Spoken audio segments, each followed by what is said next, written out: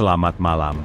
Kalau kamu sedang sendirian sekarang, dan di luar rumah angin terdengar seperti seseorang yang berjalan pelan di antara pepohonan, jangan buru-buru menertawakan cerita ini, karena ada tempat yang tidak tercatat di peta, ada pasar yang tidak buka setiap hari, dan ada daftar nama yang tidak ditulis dengan tinta biasa.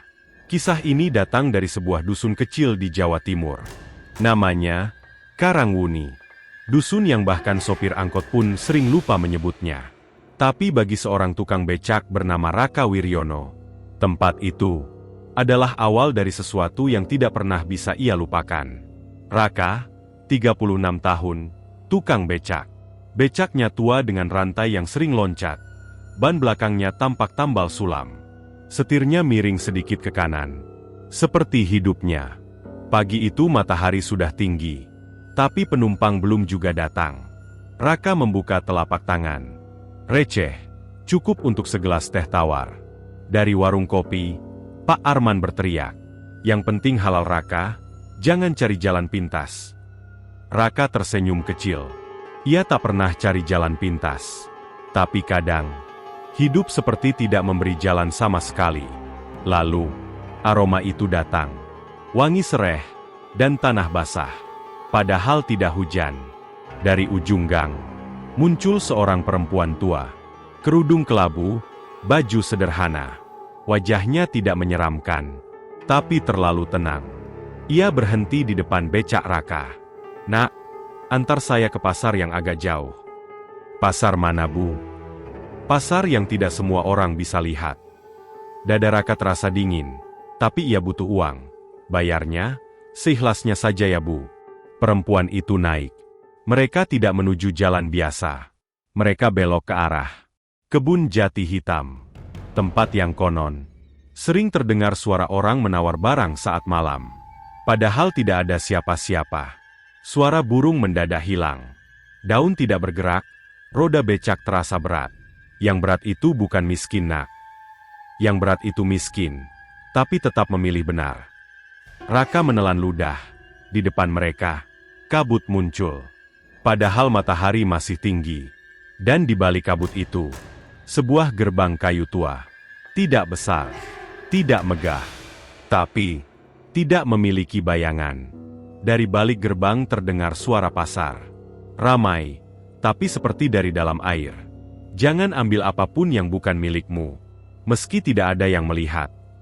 Roda becak melewati batas itu. Dan dunia berubah. Lampu minyak menyala kehijauan. Sayuran tersusun terlalu rapi. Kue-kue tidak ada yang retak. Orang-orang berpakaian seperti zaman lama. Mata mereka menatap Raka terlalu lama. Seorang pedagang mendekat. "Manusia ya?"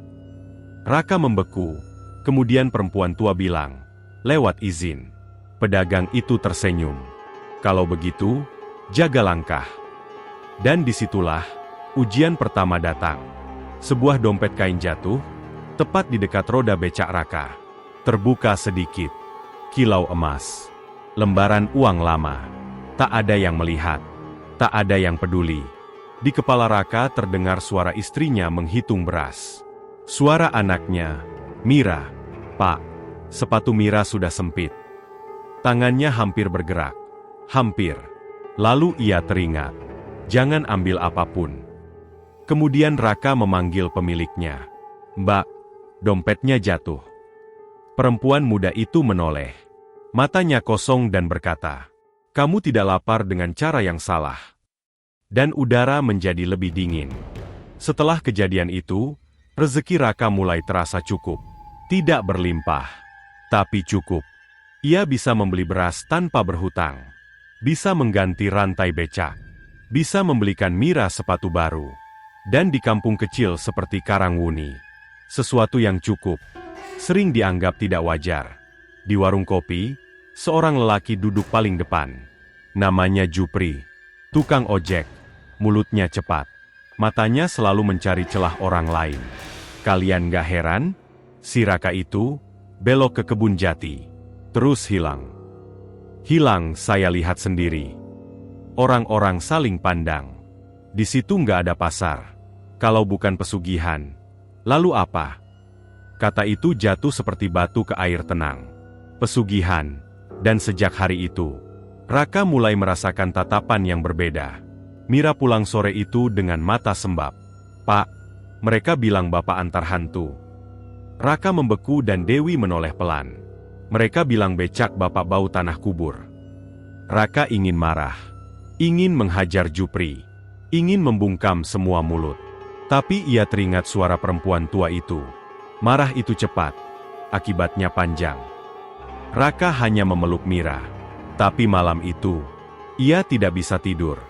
Raka berdiri lagi di pasar itu. Tapi kali ini lebih gelap.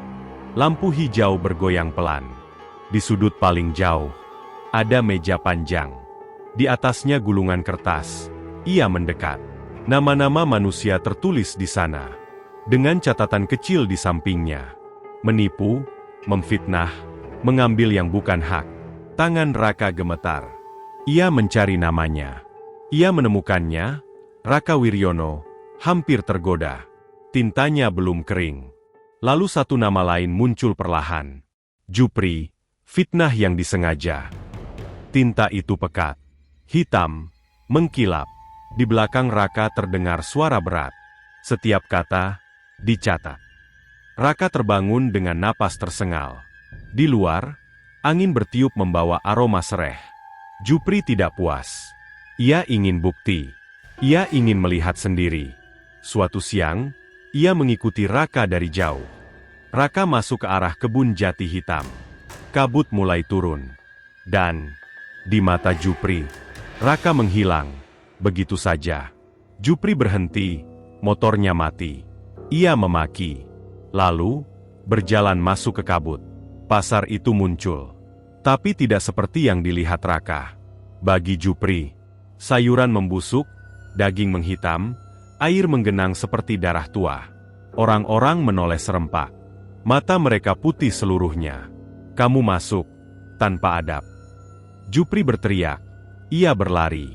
Tapi lorong pasar seperti memanjang. Setiap belokan, kembali ke tempat yang sama. Ia jatuh, menangis. "Aku mau pulang. Aku mau pulang." Sosok tinggi tanpa wajah berdiri di depannya.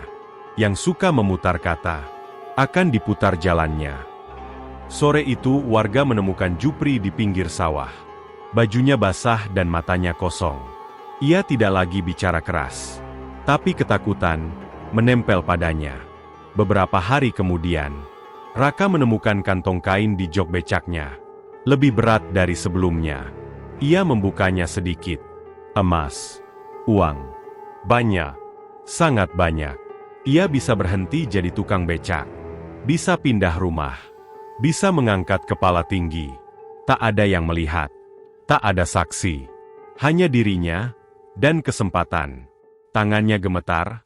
Ia berjalan ke kebun jati. "Kalau ini bukan milik saya, ambil kembali." Angin berputar. Kantong itu terangkat perlahan dari tangannya. Melayang. Lalu, hilang ditelan kabut. Raka jatuh terduduk kemudian menangis. Bukan karena kehilangan.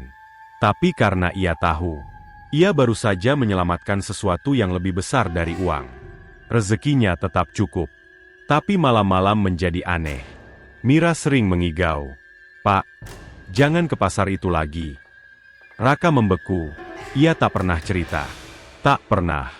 Demam Mira naik. Hari kedua. Hari ketiga. Dokter bilang infeksi biasa. Tapi suhu tubuhnya terlalu panas. Dan setiap malam, aroma sereh datang. Lebih kuat. Lebih pekat. Perempuan tua muncul lagi. "Kamu lulus ujianmu." Raka menatapnya. "Lalu kenapa anak saya sakit?" Perempuan itu menjawab. "Setiap pintu yang dibuka, ada harga yang mengikuti." Raka gemetar. "Ambil saya saja." Perempuan itu memandang rumahnya. Tidak semua harga bisa dipilih. Menjelang subuh napas Mira berhenti. Kemudian Raka kembali ke pasar itu. Sendirian, ia berdiri di depan meja daftar nama. Ia mencari. Dan menemukan Mira, ditebus. Dunia runtuh. Raka kemudian teriak. "Aku tidak pernah minta ini." Sosok tanpa wajah berdiri di belakangnya. Kau memilih jalan bersih. Dunia tetap gelap. Seseorang harus menyerap sebagian gelapnya, agar kau tidak tenggelam. Air mata Raka jatuh ke lantai pasar, dan berubah menjadi noda hitam. Raka masih mangkal, masih mengayuh. Rezekinya cukup. Tidak pernah benar-benar kurang lagi. Jupri tidak pernah lagi memfitnah. Ia jarang bicara. Tapi setiap kali angin membawa aroma sereh, Raka berhenti sejenak. Karena ia tahu, di suatu tempat yang tidak tercatat di peta, ada pasar yang masih buka. Ada lampu hijau yang masih menyala. Dan ada daftar nama, yang mungkin, suatu hari, akan menuliskan namanya dengan tinta yang tak bisa dihapus. Kalau suatu hari kamu mencium aroma sereh, di tempat yang seharusnya tidak ada apa-apa, jangan menoleh terlalu cepat, dan jangan ambil apa yang bukan milikmu.